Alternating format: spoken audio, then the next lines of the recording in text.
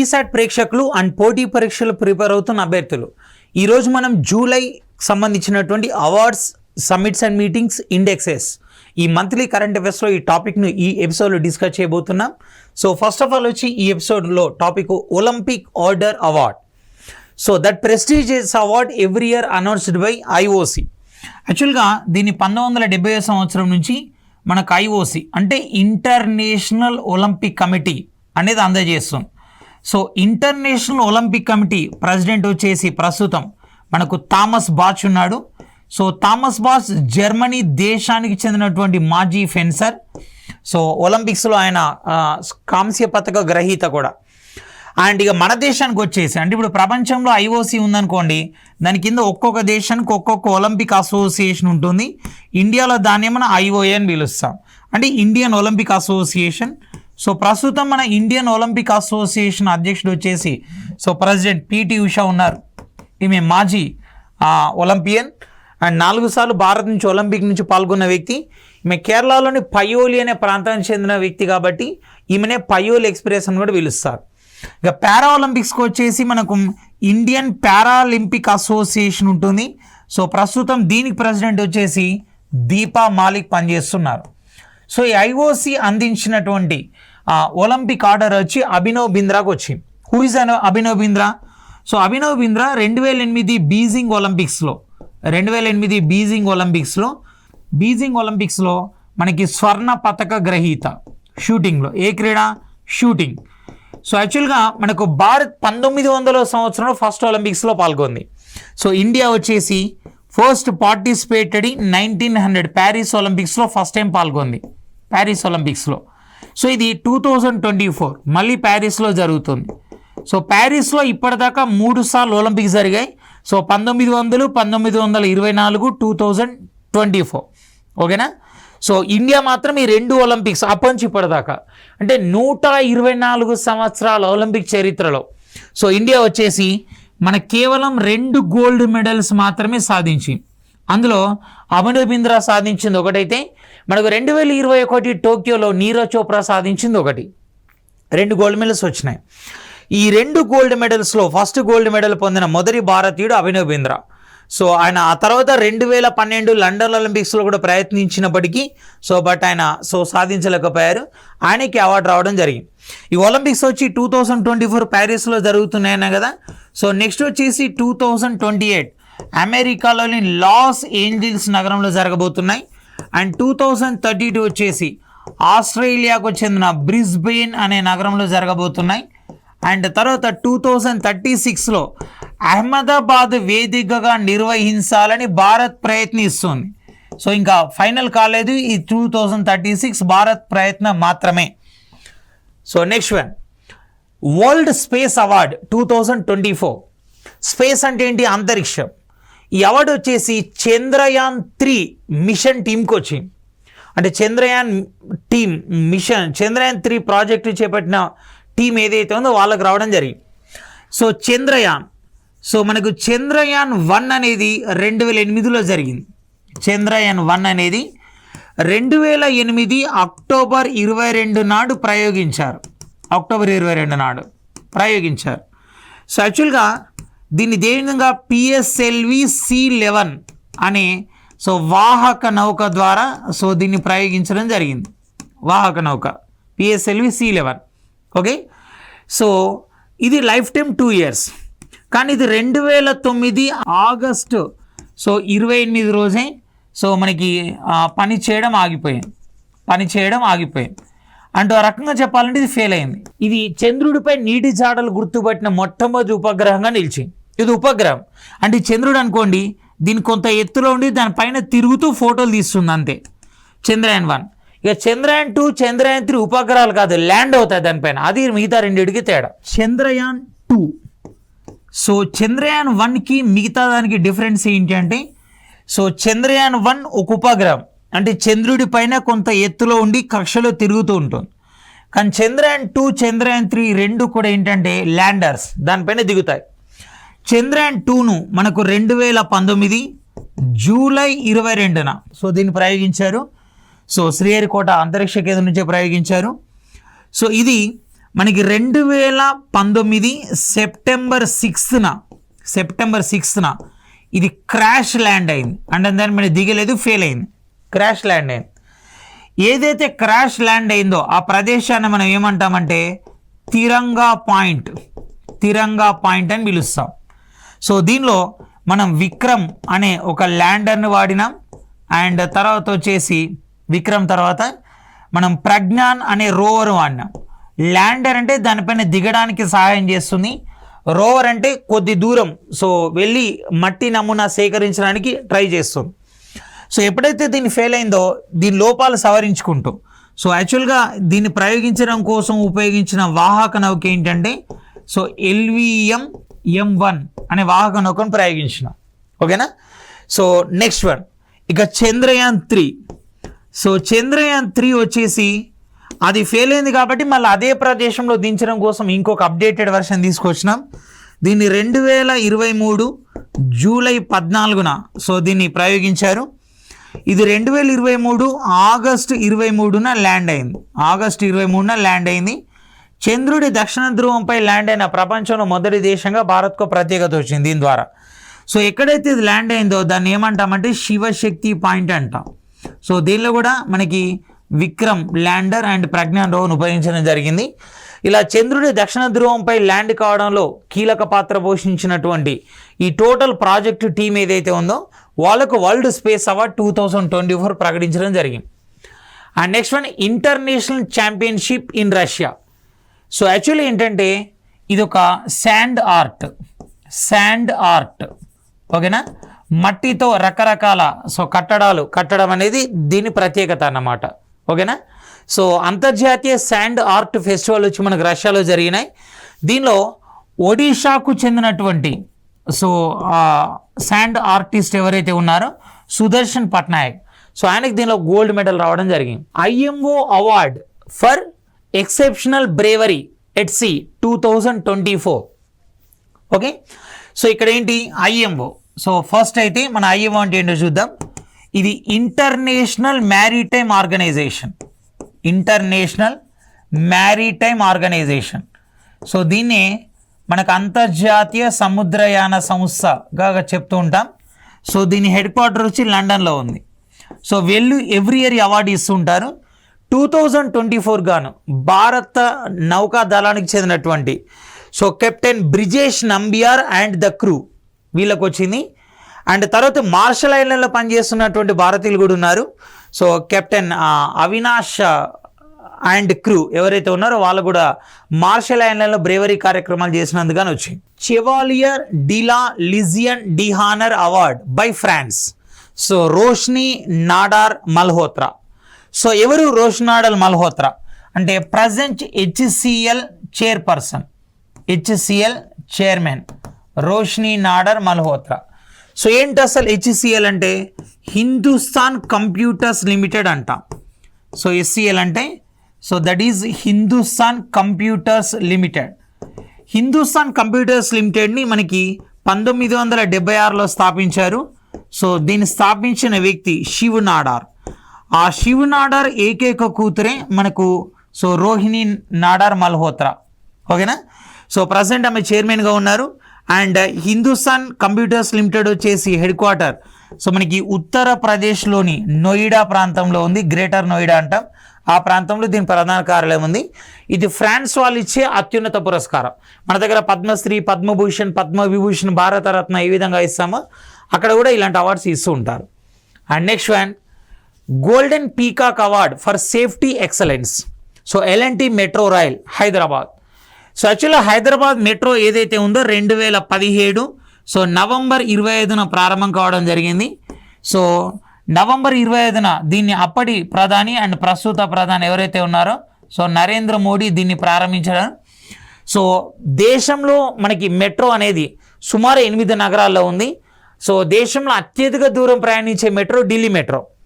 So మన ఆ తర్వాత హైదరాబాద్ మెట్రోకు ప్రత్యేకత. అయితే సేఫ్టీ మెజర్ తీసుకోవడంలో దేశంలోని అత్యున్నత ప్రమాణాలు పాటిస్తున్నందుకు గాను హైదరాబాద్ మెట్రోను నిర్వహిస్తున్న సంస్థ ఏదైతే ఉందో L&T. సో L&T అంటే మనం దీన్ని ఏమంటామంటే లార్సన్ అండ్ టూబ్రో అని పిలుస్తాం. సో లార్సన్ అండ్ టూబ్రో అనే సంస్థకి సో సేఫ్టీ ఎక్సలెన్స్లో భాగంగా గోల్డెన్ పీకాక్ అవార్డు రావడం జరిగింది. And next one, the world forest report 2024, అంటే ప్రపంచవ్యాప్తంగా అడవుల రక్షణ, డిఫారెస్టేషన్ అంటే అండ్ అడవులను నరికివేయడం వల్ల ఏంటి మనకు సాయిల్ ఎరోజన్ అంటే మృత్తికా క్రమక్షయం, అంటే సాయిల్ లేయర్స్ కొట్టుకుపోవడం, ఇవన్నీ జరుగుతున్నాయి కదా. అండ్ వాతావరణ కాలుష్యం కూడా పెరుగుతుంది కదా. కాబట్టి ప్రపంచవ్యాప్తంగా అడవుల సంరక్షణ అండ్ అడవులు ఏ దేశాలు ఎక్కువగా కలిగి ఉన్నాయి అనే కొన్ని పారామీటర్స్ ఆధారంగా ఈ నివేదిక రూపొందించడం జరిగింది. సో ఇక్కడ ఏ దేశంలో ఎక్కువ శాతం అడవులు ఉన్నాయి అనే దాన్ని ప్రమాణంగా తీసుకున్నారు. ఇక్కడ ఫారెస్ట్ ఏరియా గెయిన్ అంటే పొందాయి, అంటే ఈ లాస్ట్ 1 year కాలంలో ఏ దేశంలో ఎక్కువ శాతం అడవులు పెరిగాయి, అడవులను పెంచారు అనేది ప్రామాణికం అన్నమాట. గెయిన్ అంటే పొందడం. ఎన్ని సంవత్సర కాలంలో ఎన్ని హెక్టార్లు, హెక్టార్ అంటే 2.5 ఎకరాలు, ఓకేనా. ఇక్కడ 1000 hectares per year అనేది ప్రమాణంగా తీసుకున్నారు. సో ఫస్ట్ తీసుకుంటే ప్రపంచంలో అత్యధిక శాతం అడవులు పెంచిన దేశాలు లాస్ట్ ఇయర్ సో చైనా 1937, అంటే సో 1937 into 1000 hectares వేసుకోవాలన్నమాట, ఓకేనా. రెండోది ఆస్ట్రేలియా 446, అంటే 446 into 1000 hectares వేసుకోవాలి. అండ్ థర్డ్ ప్లేస్ ప్రపంచంలోనే అత్యధిక అడవులను పెంచుతున్న దేశాల్లో సో లాస్ట్ ఇయర్లో కనుక తీసుకుంటే ఇండియా, ఇది 266 hectares ఉంది. ఆ తర్వాత ప్రపంచంలో అతి పొడవైన దేశం చిలీ, దక్షిణ అమెరికాకు చెందిన దేశం, సో ఇది 149 into 1000 hectares. అండ్ 5వ ప్లేస్లో వియత్నాం ఉంది, దాని క్యాపిటల్ హనోయ్, ఇది ఆసియాన్ దేశం అంటే ఆగ్నేయ ఆసియా దేశం, ఇది 126 into 1000 hectares అడవులు పెంచారు. అంటే లాస్ట్ ఇయర్ అత్యధికంగా అడవులను పెంచుతున్న దేశాల్లో, అంటే గత సంవత్సరంతో పోలిస్తే ఈ సంవత్సరానికి అడవులను పెంచిన దేశాల్లో సో చైనా, ఆస్ట్రేలియా తర్వాత ఇండియా ప్రపంచవ్యాప్తంగా 3వ స్థానం కలిగి ఉంది. And next electronics, so pouring India's participation by NITI Aayog. So నీతి ఆయోగ్ వాళ్ళు రిలీజ్ చేస్తున్న ఒక డాక్యుమెంట్ ఇది. సో పవరింగ్ ఎలక్ట్రానిక్స్, ఓకేనా. సో అనే ఒక నివేదిక, దానిలో వాళ్ళు సిఫారసులు ఏం చేశారంటే భాగాలు మరియు మూలధన వస్తువుల తయారీని ప్రోత్సహించడం, అంటే ఎలక్ట్రానిక్ పార్ట్స్ ఏవైతే ఉన్నాయో అండ్ ఎలక్ట్రానిక్ మెయిన్ ఎక్విప్మెంట్స్ ఏవైతే ఉన్నాయో, ఇప్పుడు కంప్యూటర్లో రకరకాల పార్ట్స్ ఉంటాయి. సో చిప్ ఉంటుంది అండ్ ఎస్ఎస్డి ఉంటుంది అండ్ తర్వాత ర్యామ్ ఉంటుంది, రోమ్ ఉంటుంది. కానీ దాని మెయిన్ పార్ట్ ఏంటి, సిపియు, మెయిన్ మదర్ బోర్డు ఉంటుంది కదా మెయిన్ పార్ట్. సో అది మూలధన వస్తువు కిందకి వస్తుంది, మిగతావన్నీ చిన్న చిన్న పార్ట్స్ కిందకి వస్తుంది. అలా మనకు మూలధన వస్తువులను తయారు చేయడానికి, పార్ట్స్ని తయారు చేయడం, రెండింటిని కూడా ప్రోత్సహించాలి. అండ్ పరిశోధన, అభివృద్ధి మరియు డిజైన్ ప్రోత్సహించడం. ఇప్పుడు మనకు ఫోన్స్ మార్కెట్లో ఫీచర్స్ కన్నా ఎక్కువగా డిజైన్కి మనం అవకాశం ఎక్కువగా ప్రియారిటీ ఇస్తున్నాం, ఓకేనా. అందుకే మన భారత ప్రభుత్వం ఏం చేసింది, మనకి దేశంలోనే మొట్టమొదటిసారిగా 2023 డిసెంబర్లో ఉత్తరప్రదేశ్లోని సహరాన్పూర్లో 5G ఎక్సలెన్స్ సెంటర్ని ఏర్పాటు చేసింది. అంటే మన దేశంలో 5G పైన పరిశోధనను ప్రోత్సహించడం చేస్తుంది అన్నమాట, ఓకేనా. సో డిజైన్ అండ్ ఇతర R&D పరిశోధన ఎక్కువ జరిగితే కొత్త డిజైన్స్ వస్తే కొత్త మార్కెట్ పెరుగుతుంది. అండ్ టారిఫ్లను హేతుబద్ధీకరించడం, టారిఫ్స్ అంటే ప్లాన్స్ అన్నమాట. అండ్ నైపుణ్య కార్యక్రమాలు ప్రారంభించడం, స్కిల్డ్ పర్సన్స్ని తయారు చేయాలన్నమాట, మార్కెట్ వేగంగా డెవలప్ కావాలంటే. అండ్ సాంకేతిక బదిలీలను సులభతరం చేయడం, టెక్నాలజీ ట్రాన్స్ఫర్ చేయాలి. అండ్ ఎలక్ట్రానిక్స్ తయారీ, పర్యావరణ వ్యవస్థ మద్దతుకు మౌలిక సదుపాయాలు అభివృద్ధి చేయడం, అసలు ఆ వాతావరణాన్ని క్రియేట్ చేయాలన్నమాట ఇక్కడ. అండ్ ప్రపంచ సాంకేతిక నాయకులతో వ్యూహాత్మక భాగస్వామ్యం, సో ఇవన్నీ కూడా సో ఇంప్లిమెంటేషన్ చేయాలి. ఫర్ ఎగ్జాంపుల్ మనకు 1980లలో ఇందిరాగాంధీ ప్రభుత్వం ఉన్నప్పుడు మారుతి కార్లు తయారు చేయాలనుకుంది. మారుతి అంటే మారుతి కానీ కాదు, ఒక కారు తయారు చేయాలనుకుంది. కారు తయారు చేయాలంటే ఫస్ట్ పెట్టుబడులు కావాలి అండ్ తర్వాత టెక్నాలజీ కావాలి. అప్పటికి భారతదేశంలో అంత టెక్నాలజీ లేదు. సో అందుకని ఏం చేశారు, విదేశాలను ఆహ్వానించారు. అప్పట్లో సుజుకి కంపెనీ వచ్చింది. అప్పట్లో ఉన్న మనకు ప్రత్యక్ష పెట్టుబడులు, విదేశీ ప్రత్యక్ష పెట్టుబడుల రూల్స్ ప్రకారం ఆటోమొబైల్ రంగంలో 49% మాత్రమే విదేశాల వాళ్ళు పెట్టుబడులు పెట్టవచ్చు. సో అంటే వాళ్ళు 49% పెట్టుబడి పెడతారు అండ్ తర్వాత వచ్చేసి వాళ్ళు మనకి టెక్నాలజీ కూడా వాళ్ళదే. మనం 51% పెట్టుబడి పెట్టాలి. కాబట్టి భారత ప్రభుత్వం 51% పెట్టుబడి పెట్టి దానికి మారుతి ఉద్యోగ నిధి అని పేరు పెట్టింది. అలా మారుతి ఉద్యోగ నిధి, సుజుకి కంపెనీ ఇద్దరు కలిసి మారుతి కార్లు తయారు చేయడం స్టార్ట్ అయ్యాయి. 2012లో భారత ప్రభుత్వం ఆటోమొబైల్ రంగంలో విదేశీ పెట్టుబడులను 100% పెంచింది. దాంతో సుజుకి వాళ్ళు విడిపోయారు. ఇప్పుడు మారుతి ఒకటే మిగిలింది. కానీ కార్ల తయారు ఆగిందా? లేదు. ఎందుకంటే 30 సంవత్సరాల్లో వాళ్ళ టెక్నాలజీ మాకు ట్రాన్స్ఫర్ అయింది. సో ఏదైనా సరే టెక్నాలజీ ట్రాన్స్ఫర్మేషన్ అనేది మోస్ట్ ఇంపార్టెంట్ అనమాట. సో దానికి సంబంధించిన నివేదిక ఇది. సో ఇది నీతి ఆయోగ్ వాళ్ళు తయారు చేశారు. సో నీతి ఆయోగ్ ప్రణాళికా సంఘం స్థానంలో 2015 జనవరి 1న సో ఏర్పడింది. దీన్నే national institution for transformation India అంటాం. సో దీని ప్రెసిడెంట్ ఎప్పుడు కూడా ప్రధాని ఉంటారు. ఇక వైస్ ప్రెసిడెంట్ ఎవరైతే ఉన్నారో ఫస్ట్ అరవింద్ పన్యా గారే ఉండేవారు. ఇప్పుడు ఆయన 16వ ఆర్థిక సంఘం చైర్మన్గా పనిచేస్తున్నారు. అండ్ నెక్స్ట్ ఇక ప్రస్తుతం వైస్ ప్రెసిడెంట్ వచ్చేసి మనకు సుమన్ బెరీ ఉన్నారు. The global education monitoring report 2024. So దీన్ని యునెస్కో వాళ్ళు రూపొందించారు. సో ఈ నివేదిక ఏంటంటే ప్రపంచవ్యాప్తంగా ఎడ్యుకేషన్ రంగంలో కనుక తీసుకుంటే ఆ లెర్నింగ్ క్రైటీరియా ఏ విధంగా పెరిగింది లేదా ఏ విధంగా తగ్గింది అని డిస్కస్ చేస్తుంది. సో ఈ నివేదిక ఏం చెప్తుందంటే ప్రపంచవ్యాప్తంగా సో టెక్నాలజీ ఎడ్యుకేషన్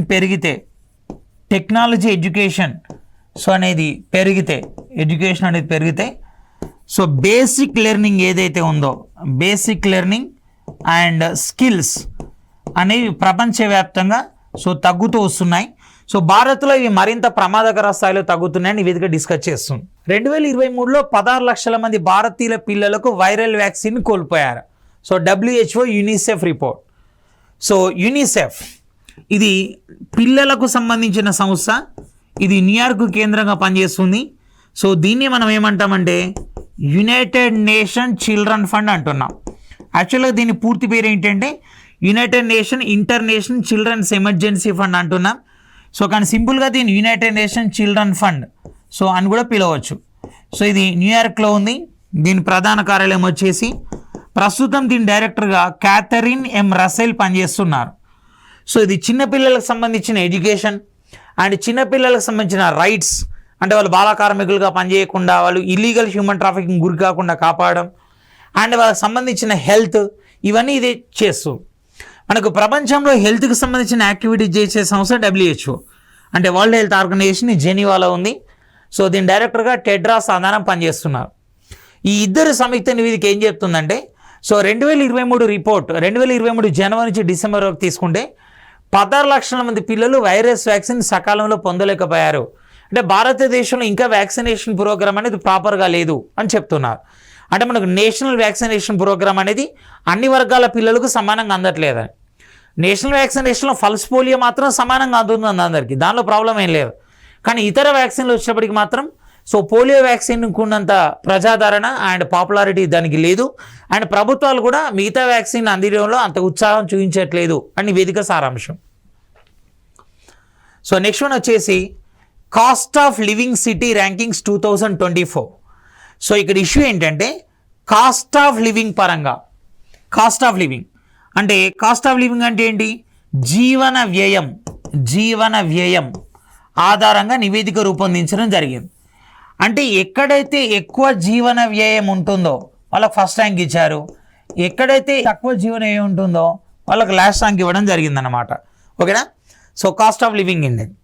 సో దీనిలో ఫస్ట్ ర్యాంక్ వచ్చేసి మనకు హాంకాంగ్ వచ్చింది, హాంకాంగ్. అండ్ సో ఇది చైనాలో ఉన్న ఒకనొక నగరం, అంటే చైనా ఆధీనంలో ఉన్న నగరం అది. అండ్ సెకండ్ వచ్చి Singapore. And third Zurich one of the city in Switzerland. And fourth Geneva, మనకు international labour organisation and world health organisation and తర్వాత UNHCR ఇవన్నీ మనకు జెనీవా కేంద్రంగానే ఉన్నాయి. అండ్ బ్యాసెల్ కూడా స్విట్జర్లాండ్ ఒకనొక నగరం. జూరిచ్, బ్యాసెల్, బెర్న్, జెనీవా ఇవన్నీ కూడా స్విట్జర్లాండ్లోని ప్రముఖ నగరాలు. అంటే మీకు చూసినట్టుంటే టాప్ 5లో డామినేట్గా స్విట్జర్లాండే ఉంది. అంటే సో 3, 4, 5 సో ర్యాంక్లో నగరాలు, అంటే 3వ ర్యాంక్లో ఉన్న జూరిచ్, 4వ ర్యాంక్లో ఉన్న జెనీవా, 5వ ర్యాంక్లో ఉన్న బ్యాసెల్, ఇవన్నీ స్విట్జర్లాండ్కి చెందినవే. బట్ స్విట్జర్లాండ్ క్యాపిటల్ వచ్చి మాత్రం బెర్న్ అన్నమాట. So cost of living city rankings 2024లో ఇక మన భారత నగరాలు ఏవి ఉన్నాయో చూద్దాం. మన భారత టాప్ 10లో అయితే భారత నగరాలు లేవు కదా. సో యాక్చువల్గా భారత నగరాలు 226 భారత నగరాల్లో సర్వే జరిగింది. 226 భారత నగరాల్లో సర్వే జరిగితే ఎన్నిటికి ప్లేస్ వచ్చింది?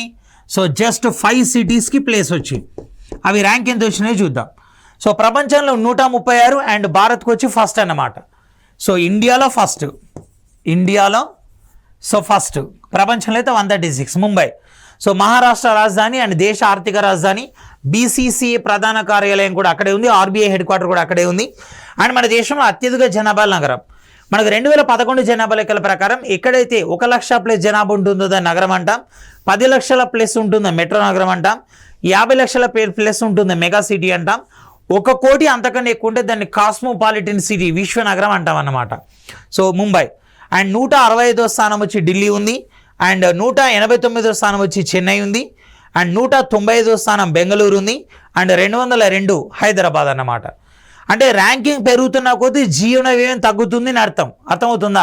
ఫస్ట్ ప్లేస్లో సింగపూర్ ఉంది కదా, సో హాంకాంగ్ ఉంది కదా, జీవన వ్యయం చాలా ఎక్కువ, ప్రపంచంలోనే ఎక్కువ.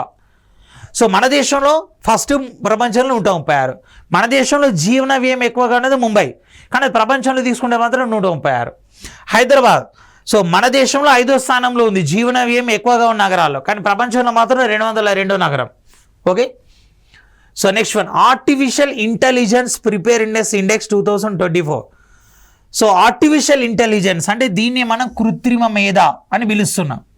మీకు ఆల్రెడీ చెప్పాను గత ఎపిసోడ్లో. సో ఇష్యూ ఏంటంటే మన కొలిన్స్ అనే డిక్షనరీ వాళ్ళు 2023వ సంవత్సరానికి గాను సో వర్డ్ ఆఫ్ ద ఇయర్గా సో దీన్ని ఎక్కువ గుర్తించారంటే మనకి ఆర్టిఫిషియల్ ఇంటెలిజెన్స్ని గుర్తించారు. వర్డ్ ఆఫ్ ద ఇయర్గా ఆర్టిఫిషియల్ ఇంటెలిజెన్స్ గుర్తించడం జరిగింది. ఈ ఆర్టిఫిషియల్ ఇంటెలిజెన్స్ ప్రిపేర్డ్నెస్ అంటే సంసిద్ధత సూచి. అంటే ఏ దేశాలు ఆర్టిఫిషియల్ ఇంటెలిజెన్స్ని అడాప్ట్ చేసుకోవడానికి రెడీగా ఉన్నాయి అంటే అక్కడ ఇన్ఫ్రాస్ట్రక్చర్ కావచ్చు, లేదా హ్యూమన్ క్యాపిటల్ కావచ్చు, లేదా ఇన్వెస్ట్మెంట్ కావచ్చు, ఇవన్నీ ఏ దేశంలో ఎక్కువగా పాజిటివ్గా ఉన్నాయని తీసుకుంటే మనకు మొత్తం 174 దేశాలను సో తీసుకొని ర్యాంకింగ్ రూపొందించారు.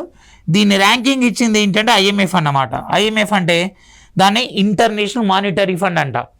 మనకు వరల్డ్ బ్యాంక్, IMF రెండు కూడా వాషింగ్టన్ కేంద్రంగా ఉన్నాయి. వరల్డ్ బ్యాంక్ అధ్యక్షుడిగా ప్రస్తుతం అజయ్ బంగా ఉన్నాడు. అండ్ IMF డైరెక్టర్గా క్రిస్టలీనా జార్జియోవా అనే వ్యక్తి రీసెంట్గా రీఅపాయింట్ కావడం జరిగింది. వరల్డ్ బ్యాంక్ ప్రజల జీవన ప్రమాణాలు పెంచే ప్రాజెక్టులకు రుణాలు ఇస్తే IMF ఆ రుణాలకు వడ్డీ రేట్లను నియంత్రిస్తూ ఉంటుంది.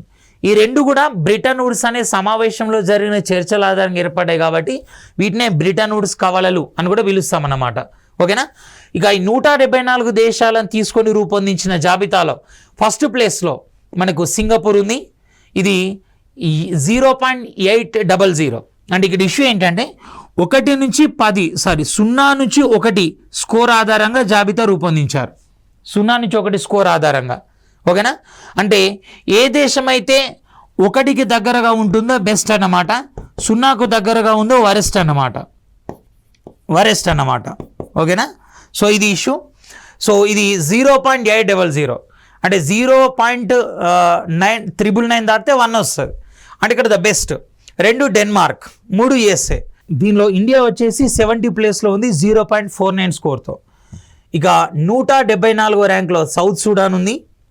అండ్ తర్వాత వచ్చేసి సో లాస్ట్ అన్నమాట, అది లాస్ట్ 4 కంట్రీస్ అవి. Most affordable countries for exports. So అంటే ఎగుమతులకు తక్కువ వ్యయం కలిగిన దేశాల జాబితా కనుక తీసుకుంటే సో ఫస్ట్ వియత్నాం ఉంది, సెకండ్ కొలంబియా, అండ్ థర్డ్ వచ్చి ఇండోనేషియా. సో ఇండియా 6th ప్లేస్లో ఉంది. Next one, UNESCO announces new world soil health index at international conference on soils in Morocco. So మనకు సాయిల్స్ పైన అంతర్జాతీయ సదస్సు అనేది మొరాకోలో జరిగింది. సో దీనిలోనే భారతదేశంలోనే కాకుండా ప్రపంచవ్యాప్తంగా సాయిల్ స్థితిగతులు ఏ విధంగా ఉన్నాయి సో అంటూ ఒక నివేదిక కూడా రావడం జరిగింది. అంటే సాయిల్స్ ఎక్కడైతే ఎక్కువ ఎరోషన్ అవుతాయో, అంటే ఫెర్టిలిటీ కోల్పోతాయో, అంటే దానిలో ఉన్న మాన్యూర్ అనేది, దానిలో ఉన్న పోషక పదార్థాలు కోల్పోతాయో అక్కడ పంటలు తక్కువ పండుతుంటాయి. తద్వారా సో ఉత్పత్తి తగ్గుతుంది, తద్వారా ప్రజలకు పోషకాహారం అనేది అందదు. సో ధరలు పెరుగుతుంటాయి, రకరకాల ఇంపాక్ట్స్ దాని మీద ఉంటాయి. సో వీటన్నిటి కలుపుతూ అది నివేదిక ఇచ్చిందన్నమాట. నెక్స్ట్ వన్, నీతి ఆయోగ్ SDG ఇండియా ఇండెక్స్ 2024. మనకు యాక్చువల్గా 2015 సో సెప్టెంబర్ 25న 2015 సెప్టెంబర్ 25న మనకి SDGs అంటే సస్టైనబుల్ డెవలప్మెంట్ గోల్స్ అనేవి వచ్చినాయి. ఇక్కడ మొత్తం మనకు 17 SDGs ఉన్నాయి, సస్టైనబుల్ డెవలప్మెంట్ గోల్స్. సో ఇవి 2016 జనవరి 1 నుంచి అమల్లోకి వచ్చినాయి. సో ఇవి 2030 వరకు వీటిని సాధించాలి. అయితే భారతదేశంలో SDGs ఎంతవరకు సాధించబడ్డాయి? సో స్కోర్ అంటే ఇవి 1 to 100 స్కోర్ ఆధారంగా ర్యాంకింగ్ ఇచ్చారు. సో 100కు దగ్గరగా ఉంటే ద బెస్ట్ అని, అండ్ ఇక 1కు దగ్గర అవుతున్న కొద్దీ 100కు దూరంగా పెరుగుతున్న కొద్దీ ర్యాంక్ సో తక్కువది అని అర్థం. మన దేశంలో తీసుకుంటే ఫస్ట్ కేరళ, ఉత్తరాఖండ్లోనే 79 స్కోర్తో సంయుక్తంగా, సెకండ్ ప్లేస్ తమిళనాడు 78 స్కోర్తో, అండ్ థర్డ్ గోవా, హిమాచల్ ప్రదేశ్ 77 స్కోర్తో. ఇక సో నెక్స్ట్ తీసుకుంటే మనకి ఒడిషా ఈవెన్ టాప్ 10 స్టేట్స్ అనమాట. 4th ప్లేస్లో ఉంది Punjab, Sikkim, 5th place Karnataka, and Bihar 57 స్కోర్తో 6th ప్లేస్లో ఉంది, అండ్ జార్ఖండ్ 6th ప్లేస్లో, and Nagaland, Meghalaya 7th, Arunachal Pradesh, Assam 8th, తర్వాత ఒడిషా. సో ఇవి టాప్ 10 ర్యాంక్లో ఉన్నాయి. So next one global India AI summit so 2024. So global India AI summit అంటే ఆర్టిఫిషియల్ ఇంటెలిజెన్స్ సమ్మిట్ అంట. సో యాక్చువల్గా ఆర్టిఫిషియల్ ఇంటెలిజెన్స్ సమ్మిట్ ఏదైతే ఉందో మనకి జూలై 3rd నుంచి సో 4th వరకు జరిగింది. సో న్యూఢిల్లీ వేదికగా జరిగింది. సో ఆర్టిఫిషియల్ ఇంటెలిజెన్స్లో వస్తున్న మార్పులు అండ్ ఆర్టిఫిషియల్ ఇంటెలిజెన్స్ భారతదేశంలో పెంపొందించడం కోసం కావలసిన మౌలిక సదుపాయాలు అండ్ ఆర్టిఫిషియల్ ఇంటెలిజెన్స్ వాతావరణం, సో ఇవన్నిటిపైన దీనిలో కూలేషన్ కూడా చర్చించడం జరిగింది. సో ఇవి మీకు 2024 జూలైకి సంబంధించిన so summits and meetings and indexes awards. So మిగతా అంశాల్లో మనం తర్వాత టాపిక్ చర్చిద్దాం. Thank you, all the best.